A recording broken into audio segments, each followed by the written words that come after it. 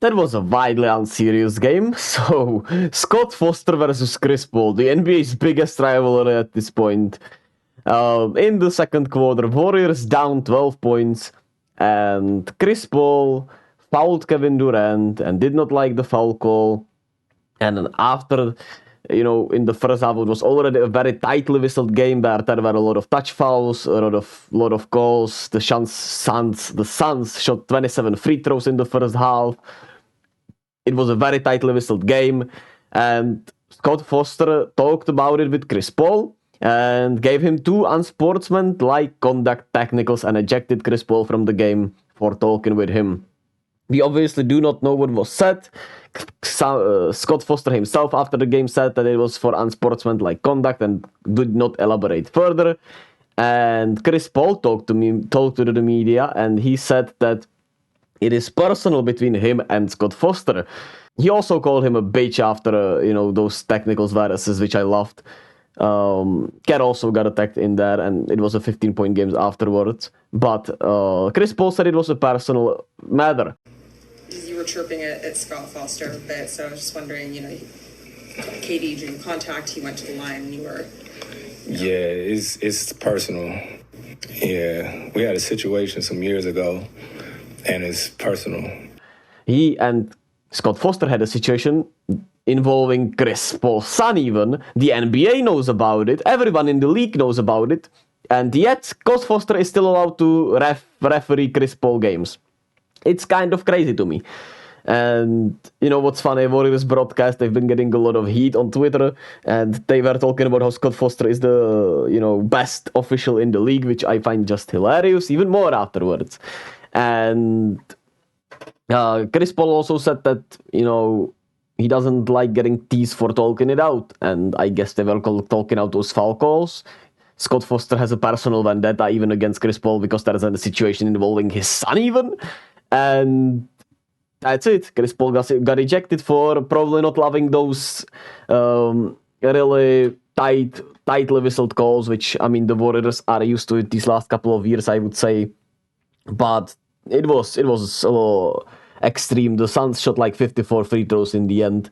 But let's talk about the game now. Starters. Chris Paul still starting in Draymond's absence, and we're obviously too small when that happens. The Suns outscored us in the paint 28-12. Once Chris Paul got ejected, we absolutely dominated them in the paint, which was an intriguing stat, right? But there were just, other factors. Starters not looking right. Klay Thompson was knocking down his 3 balls, but still, I did not like half the shots he was taking. I don't love the ball movement. I don't love the off-ball movement. I don't love our aggression towards the rim. We're just too one-dimensional. Our plays have maybe been drawn out. Steve Kerr does not love to adjust to that. And it feels like we're just... It just feels like our offense is a little too stagnant and too old. Or I don't know how to even say it, man. But it is what it is, I guess. Klay, defensively, I would say he's just been horrible. Too slow, somewhat undisciplined at times. But it makes sense, we're old. And we're going to have slower guys. But funny enough, the defense overall is still all right. The offense is the bigger issue because there's just not enough anything, really. Especially in the starting lineup, there's not enough shooting right now. They can't seem to string a really good shooting stretch together, the starters, that is, and they can't seem to really string a good offensive outing together. Dario Saric also entered the game early. He got early fouls. Trace came in. He did not look as good as I hoped he would be. And the rotations also seem a little too preset when we think about it, really. Steph always plays around those 8 to 9 minutes in the first quarter. Klay and Wiggins play around, 7 minutes, 7.5 minutes. Chris Paul plays about the first 4 and 5. The same goes for Kevin Looney. Then it's usually Dario Saric. Now it's been Moses Moody, but it's been widely inconsistent for those guys. And those guys aren't also put in great positions for them. They have to play small. Kuminga is used as a spot-up shooter for most of the time, or, spotting up in the corner. Moody, I don't know, they've not created good shots for him. He has been creating good shots for himself, though. And Podziemski comes in there usually with Chris Paul after Steph Curry sits down, which is another two-guard lineup, which, once again, very small. Even though it's been pretty solid, and Chris Paul Saric pick and roll is a good, of course, a great bailout for us, but at the same time I feel like we've underused other pick and roll partners for Chris Paul, and it's just too much Dario in there, even though he's been really solid, don't get me wrong, but it feels like we're not putting Kuminga and Moody in good positions to really thrive, because in the third quarter Kuminga started for the ejected Chris Paul, and he was once again not looking that good. And then came Steve Kerr and said, F it, we were down by like 22, it was looking like the starters were just, not ready to play. And he went with the Dario Saric, Moody, Podziemski, Corey Joseph, and Guy Santos lineup. Guy Santos has been really good for the G League Warriors, and he got signed into a contract this season. And they actually did play really well. They did get some really good stops. They did, play active defensively, and they were getting in transition. They were also not scared to run into the paint and just go ahead, put their heads down and attack. And it was just such a, bright difference between these two lineups. And it was weird. It was just weird seeing how bad this Warriors offense looks, even with Steph Curry in there. And Clay actually shot 6 of 10 from the 3-point line, but he was 2 of 7 for the rest of these shots, or something like that. But yeah, the offense is just not clicking, man. Clay and Wiggins have been obviously very inconsistent. In and out the lineups for Draymond, of course, but it just looks old, slow, and outdated kinda for most of the time, right? And I don't know what that is. Is it Steve Kerr just not adjusting enough? May very well maybe, right? But is he able to do that, right? We've not seen him actually adjust to his young players and to his, maybe older players who need to play a little different. I don't know, it's just one weird thing. But the positive is those backups did really well. Guy Santos actually looks pretty solid.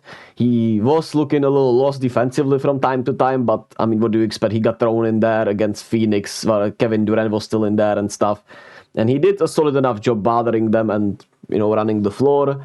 Corey Joseph did an alright job. I don't love, still don't love the pickup overall, but he did his job. I still think Podziemski could be playing point guard and we could have Kuminga with them in there, even though he wasn't great.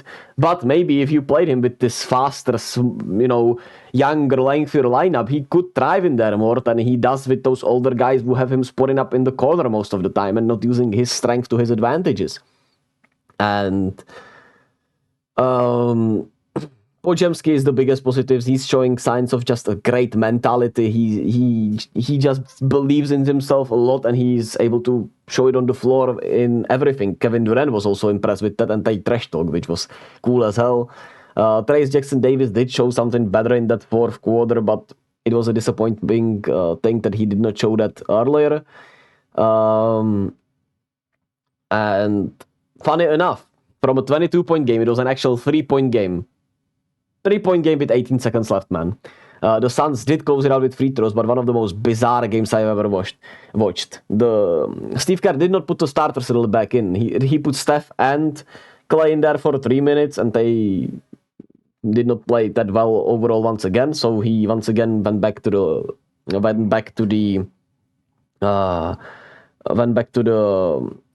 bench lineup. He put them in there for 3 minutes until halfway through the fourth quarter. Wiggins was in there also, and once it looked there, once again, 15-point game, they don't have the juice. Yeah, he just said, yeah, we're not going to play you. Let's get the bench in there.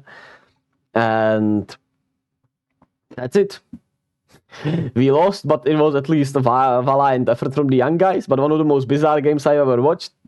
Scott Foster, Chris Paul, Steve Kerr's offense, the starters being bad. Not enough adjustments. not enough mixing with the young guys, I would say. I think there's too many preset lineups where, like I said, I keep saying, I want to see Steph Curry with these young guys. Let me see a Steph Curry, Kuminga, Moody lineup. But maybe Steph does not want that. I don't know, man. It's just weird. This Night in Phoenix, I don't have much more else to say. That's it. Yeah.